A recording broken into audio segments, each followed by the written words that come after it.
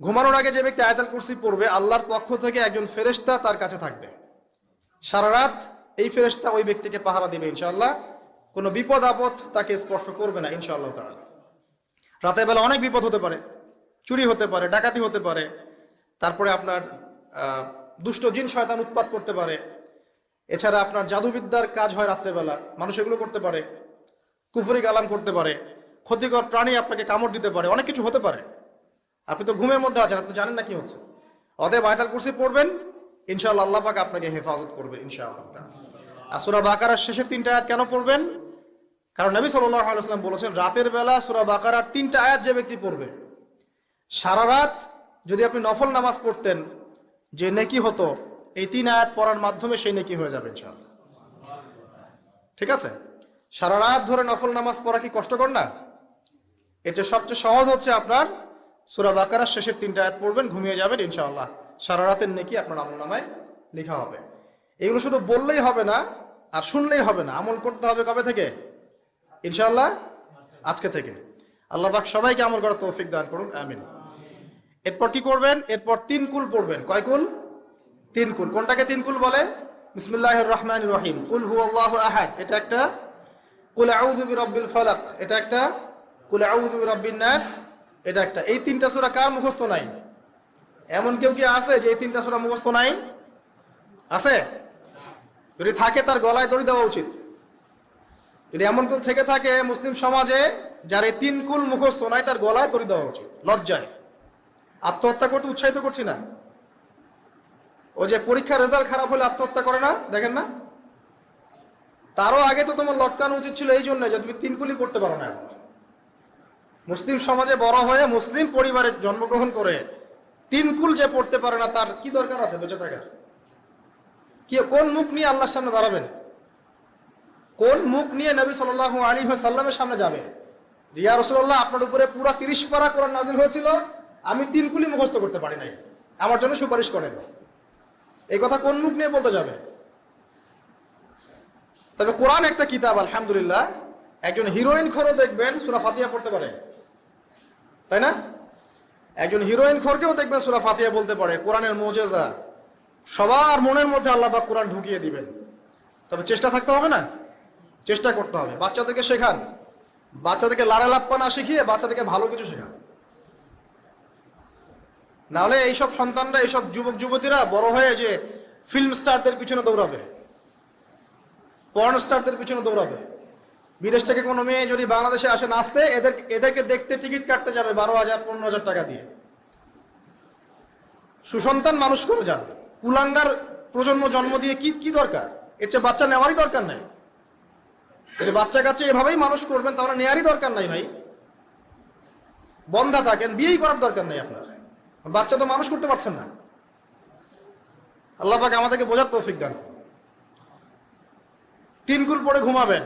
3 কুলের মধ্যে একটা সূরা ইখলাস, একটা সূরা ফালাক, একটা সূরা নাস।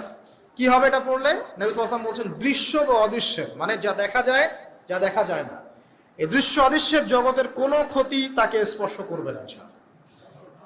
প্রোটেকশন, আল্লাহর পক্ষ থেকে প্রোটেকশন। আর এটা যখন রাতে পড়বেন তখন এভাবে পড়বেন। একবার সূরা ইখলাস, কুল হুয়াল্লাহু আহাদ, তারপর সূরা ফালাক, কুল আউযু বিরাব্বিল ফালাক, তারপর সূরা নাস, কুল আউযু বিরাব্বিন নাস করে 2 হাত একত্রিত করে ফু দিবেন। দিয়ে মাথা থেকে নিয়ে এভাবে, পুরো মাথা থেকে নিয়ে পুরো বডি এভাবে মাসাহ করবেন, এভাবে। ঠিক আছে? এটা 3 বার করবেন, একবার না। একবার করবেন, আরেকবার 3 বার। এরপরে পড়বেন সূরা কাফিরুন। কোন সূরা? কুল ইয়া আইয়ুহাল কাফিরুন লা আ'বুদু মা তা'বুদুন। এই সূরাটা পড়বেন লাকুম দীনুকুম ওয়ালিয়া দীন পর্যন্ত। কি হবে? আল্লাহর রাসূল সাল্লাল্লাহু আলাইহি ওয়াসাল্লাম বলছেন যে রাতের বেলা ঘুমানোর আগে কেউ যদি সূরা কাফিরুন তেলাওয়াত করে ঘুমিয়ে যায়, আল্লাহ পাক ওই ব্যক্তিকে শিরকের পাপ থেকে মুক্ত রাখবে ইনশাআল্লাহ। আমি অনেক লেকচারে বলেছি, আবার বলছি, যে যত মানুষ জাহান্নামে যাবে, হাজারে যে 999 জন মানুষই জাহান্নামে যাবে, তাদের আমলনামার মূল পাপটা হচ্ছে শিরক। কথা বুঝতে পারছেন? এই যে হাজারে যে পুরো 99% মানুষ জাহান্নামে যাচ্ছে, এটা তো হাদিস।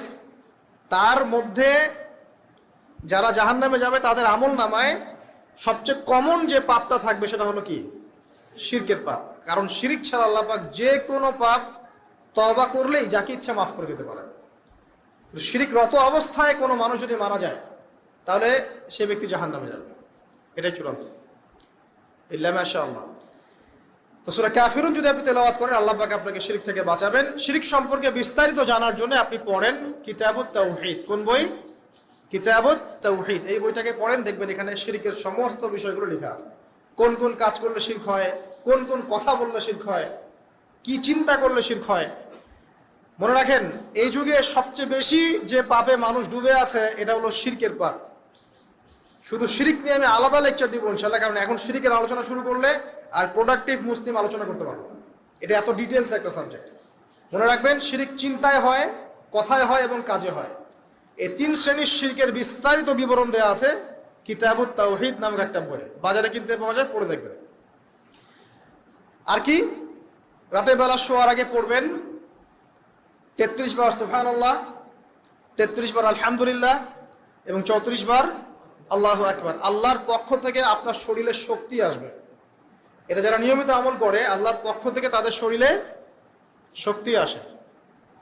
হ্যাঁ, কারণ এইটা রাসূল সাল্লাল্লাহু আলাইহি ওয়াসাল্লাম কাকে শিখিয়ে দিয়েছেন? তার মেয়ে ফাতিমা রাদিয়াল্লাহু আনহাকে। ফাতিমা রাদিয়াল্লাহু আনহা এবং আলী রাদিয়াল্লাহু আনহু তারা দুজন গিয়েছেন আল্লাহ রাসূলের দরবারে, গিয়ে বলেছেন আমাদেরকে একজন দাসী বা দাস দিন, বাসার অনেক কাজ আমরা করতে পারি না, লাগে না কাজের মানুষ। নবী সাল্লাল্লাহু আলাইহি ওয়াসাল্লাম বলছেন যে আমি কি তোমাদেরকে এমন কিছু শিখিয়ে দিব যেটা তোমাদের এই দাস দাসের অভাব পূরণ করে দিবে, প্রয়োজন হবে না? অবশ্যই শিখিয়ে দিন। তখন নবীজি শিখালেন সাল্লাল্লাহু আলাইহি ওয়াসাল্লাম যে ঘুমানোর আগে 33 বার সুবহানাল্লাহ পড়বে, 33 বার আলহামদুলিল্লাহ এবং 34 বার আল্লাহু আকবার। তোমাদের দাস দাসের প্রয়োজন হবে না ইনশাআল্লাহ। তোর ব্যাখ্যায় অনেক ওলামায়ে কেরাম বলেছেন যে এটা নিয়মিত আমল করতে থাকলে রোগ ব্যাধি কম হয়, শরীরে শক্তি আসে, এনার্জি বাড়ে, আপনি নিজের কাজ নিজেই করতে পারবেন ইনশাআল্লাহ আযজা ওয়া জাল্লা। আসুন সামনে যাই। এরকম ঘুমানোর আরো বেশ কিছু আমল আছে, আমি অল্প কয়েকটা বললাম, এগুলোই করা শুরু করেন, আল্লাহ তৌফিক দান করুন। আর যদি পারেন ওযু করে ঘুমাতে পারলে আরো বেশি ভালো হয়। এবার আপনি ঘুমাচ্ছেন ডান কাত হয়ে, কি পড়বেন এই সময়? আল্লাহুম্মা বিসমিকা আমুতু ওয়া আহইয়া, আলহামদুলিল্লাহ, দোয়া সবার মুখস্থ আছে। এবার ঘুমান। এই যে ঘুমাচ্ছেন আপনি 3 ঘন্টা বা 4.5 ঘন্টা বা 6 ঘন্টা, আপনার এই পুরো ঘুমটা হবে ইবাদত ইনশাআল্লাহ তাআলা। এবং পবিত্র অবস্থায় ঘুমানোর অভ্যাস করতে থাকলে আল্লাহর পক্ষ থেকে আপনি সত্য স্বপ্ন দেখতে পারেন। এখনকার সায়েন্স এগুলো বিশ্বাস করে না, আর এই সায়েন্সকে নিয়ে আমার কোনো মাথা ব্যথাও নাই, কারণ এই আজকে একটা কথা বলে কালকে একটা কথা বলে, ঠিক আছে? তো আল্লাহর পক্ষ থেকে আপনি সত্য স্বপ্ন দেখতে পারেন।